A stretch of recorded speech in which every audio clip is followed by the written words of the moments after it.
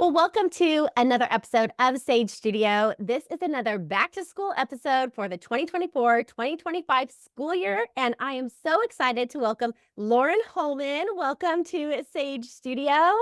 And Lauren Glaviano. These are our representatives from the middle school and high school. And today we're going to help all of you middle school and high school families easily transition into the new year. So welcome to you both. Lauren, I'm going to start with you. You have been in the high school department here at Sage Oak for a few years, but you have recently transitioned into a new role with our middle school. So introduce yourself to families who might not know you yet and tell us a little bit about your new role. My name's Lauren Holman, and I am the brand new middle school coordinator for Sage Oak. I'm very excited to transition into this role. I have been with Sage Oak for 5 years now. I have taught middle and high school, so I'm really excited about this opportunity of being able to bridge those middle school and high school students together.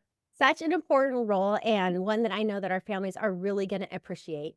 And Lauren, you came to us a couple years ago, and now you are our assistant principal in the high school department. So again, introduce yourself and tell us a little bit about what you're up to this year. Like you said, I'm assistant principal with our high school program. I have the best job in the world getting to work with our students and our families and helping them understand the high school process and experience and really get college and career ready. So we're really passionate about helping students get connected to their post-secondary plans, and couldn't be happier to have my second year here at Sage Oak. So let's talk about back to school. Lauren, what can middle school families expect this year as they begin the new school year? So we're really trying to focus on giving real unique attention to our middle school students. The goal is to really feel confident coming in as a middle school student, going out as a high school student. Mhm. So we're going to be mimicking a lot of what the high school is doing. We're actually also going to be combining some field trips and hangouts with the high school. So the middle schoolers can kind of see what it's going to be like once they get into high school. One of the specific field trips that we're going to be working on with the high school and that the eighth graders are going to have an opportunity to go on is the Sacramento trip this year. Oh, cool. So we're really excited about that. It's going to give them a little sneak peek and a little taste of some of the really fun things that they're going to have in high school, but they're really going to be able to start it now. Some of the other exciting things for middle school is that we are going to have our future ambassador programs. It's like a junior ambassador program, and it's a leadership program. It's for those students that really want to get involved with our school, those that want to kind of step outside the virtual world. We are offering in-person community service opportunities and kind of put it in the middle schoolers' hands, certain things that they want to do to lead.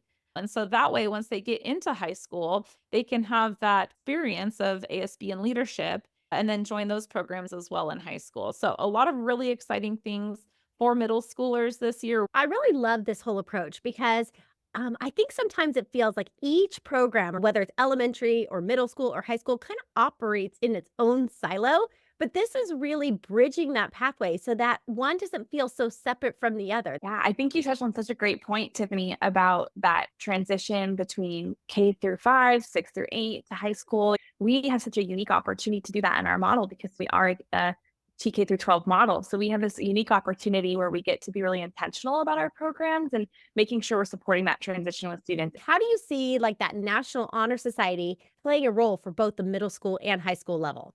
So when you're thinking about being college and career ready, we want to make sure that by the time you enter middle school, you are thinking about service and leadership because those will be components that you'll take with you into your career if you're going straight into the career world or into your college applications and your work that you do at the post-secondary level. So that NJHS is really important because it gives those students an opportunity to practice those leadership skills prior to high school. When you start working with an organization early on, you're able to progress through and take on leadership roles. You can just see how one program is really transitioning through one grade level or grade level band into the next grade level band and really setting up the students for service, for academic success, for social success, for leadership, all of those things that are in alignment with our core values. So good to see that. Absolutely. High Yeah. school is going to be a big transition no matter what. No matter where you are, going from middle school to high school is always going to be challenging. But our goal is to make it as natural as possible. And so having that connection to organizations that you already are familiar with, courses like Oakschool and CTE courses, and having those through lines really help us to know with that transition process. Yeah, I'm so glad you brought that up because I was just going to ask that. Laura, tell me a little bit about Oak School and how that is beginning to be another through line that we're seeing our elementary school students be able to participate in all the way up to high school. So, Oak School is becoming increasingly popular. There are so many opportunities for our middle school students to get those enrichment courses and start to find things that they're really interested in. My goal is to help students come out of middle school as confident as possible. And the most confident students that I used to see in high school when I was teaching were the ones that went through these types of programs in middle school, the ones that took these independent courses. So that way their parents were there to help them where they needed to, but they were also guiding them to become more independent themselves. And those are the most successful students that we see going into high school because they start to get a grasp of what they want Hmm. in life. And you don't have to have it all figured out going into high school, but Sure. give as many exposures and opportunities as possible. So these Oak School classes are really just a way to introduce so many different options and opportunities for these students. Such a good way to do that, and sounds like a really good opportunity for our middle school families. Laura, talk to us a little bit about how that does play a role in our high school, because I know you're very passionate about it and all of these different pathways for students. So tell us a little bit about what that is going to look like for our students this year. So that exploration is where we're talking about with middle school, where they're taking a lot of different kinds of courses. That's the beauty of Oak School and VLA program too, where they get to see what might be interesting to them so that by the time they get to high school, they're ready to sign up for and agree to a 2-year path, possibly if they're doing a CTE program. In Oak School, they'll have engineering and coding classes. So they use some of the same curriculum for their coding that we use in our computer science pathway. And so it's really aligned so that by the time they take those introductory courses, they're prepared to take an AP course right away. We also see that playing out with our new pathway, which is our entrepreneurship pathway in high school. And so the Oak School is having makers markets and they're having courses where the students are actually practicing creating a product, developing a marketing plan, and then selling it. We asked students, what do you want to see? And by and large, one of the topics they were most interested in was entrepreneurship. And so that is a California pathway for CTE. And so we are launching that this year and it feeds directly in from the Oak School classes. So it's really exciting to see that as we continue to grow and build out our high school programs, that we're aligning them with the courses in the Oak School program. Okay, so I have to just ask, I mean, with all of these options, and I'll start with you, Lauren, like how are parents going to decide what they should do, what classes their students should be taking? How do they figure all of this out and navigate all of these amazing options? Yeah, so it could sound very overwhelming at first, right? There are so many different options. And when you look at all the Oak School options and everything outside of Oak School, that's just part of it, right? The biggest thing is really to know your own child and for the teachers to really be able to understand and get to know their own students and what is in the best interest of the students. We are going to have a parent webinar specifically for middle school students, as high school will, VLA and PLA as well.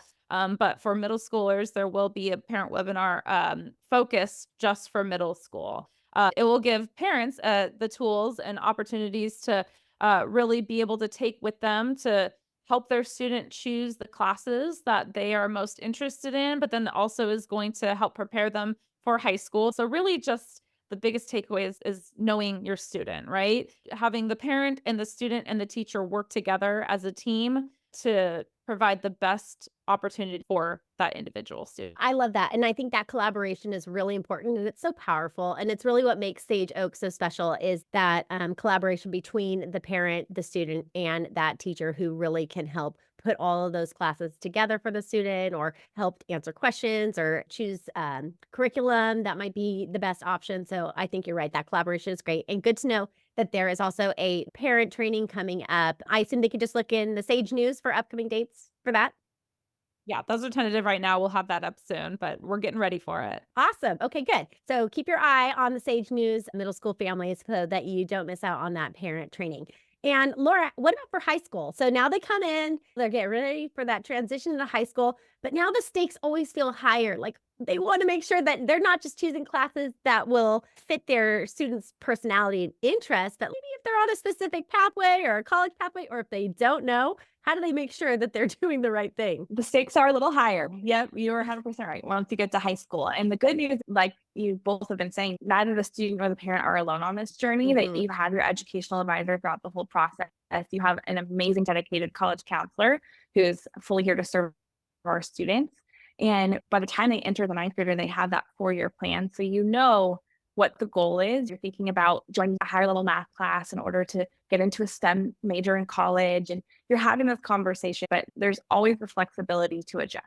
Mm. And so if you come in and you take an honors course and you get one under your belt and you're feeling pretty confident in that, and then you say, I think I want to do concurrent enrollment. I think I want to take one of our crafting courses. You have the freedom and flexibility to do that. And that's what's really wonderful about our program, is that we do have high expectations, really push our students to reach for their aspirations and their dreams, but it's also a very supportive environment. And so they have workshops and classes. Their learning period meetings are rich, full of opportunities to just pause and to self-reflect of, okay, here are some of the academic skills that I'm learning. I'm actually kind of interested in this career area now. What could I do to pursue that? What happens if things aren't going so well and a student finds themselves in a place where they need some intervention or they need to repace their schedule? How does that work? Great question. I remember being there as a learner, and now watching students go through that. It can feel, especially if you're new to an independent study model, or you're new to online or new to high school, it can feel just crushing Yeah. and frustrating, and you can lose some of your confidence. And the good news is there's so many ways to get back on track. And there are so many supports, and it's so individualized to the student that because you're having those regular meetings with your educational advisor as Mhm. well as your teachers, you've got the access, direct access to your content teachers as well, that you're able to quickly troubleshoot what's going on. Is it a specific concept that's challenging for you? Is it the course? Do we need to adjust the level? So some of the ways that we do that are through the EA. So if there is a challenging course, they'll help you repace on the spot. So they'll work with you. Sounds like this concept was really hard. Why don't we get some tutoring in place so we can work through this concept? You can pass the class. So we've got those opportunities. We also have study hall for our students. So if you need just some extra support, we've got content area experts, the teachers who are trained, credentialed, and highly qualified to come in and be extra support. So they'll come into that study hall space.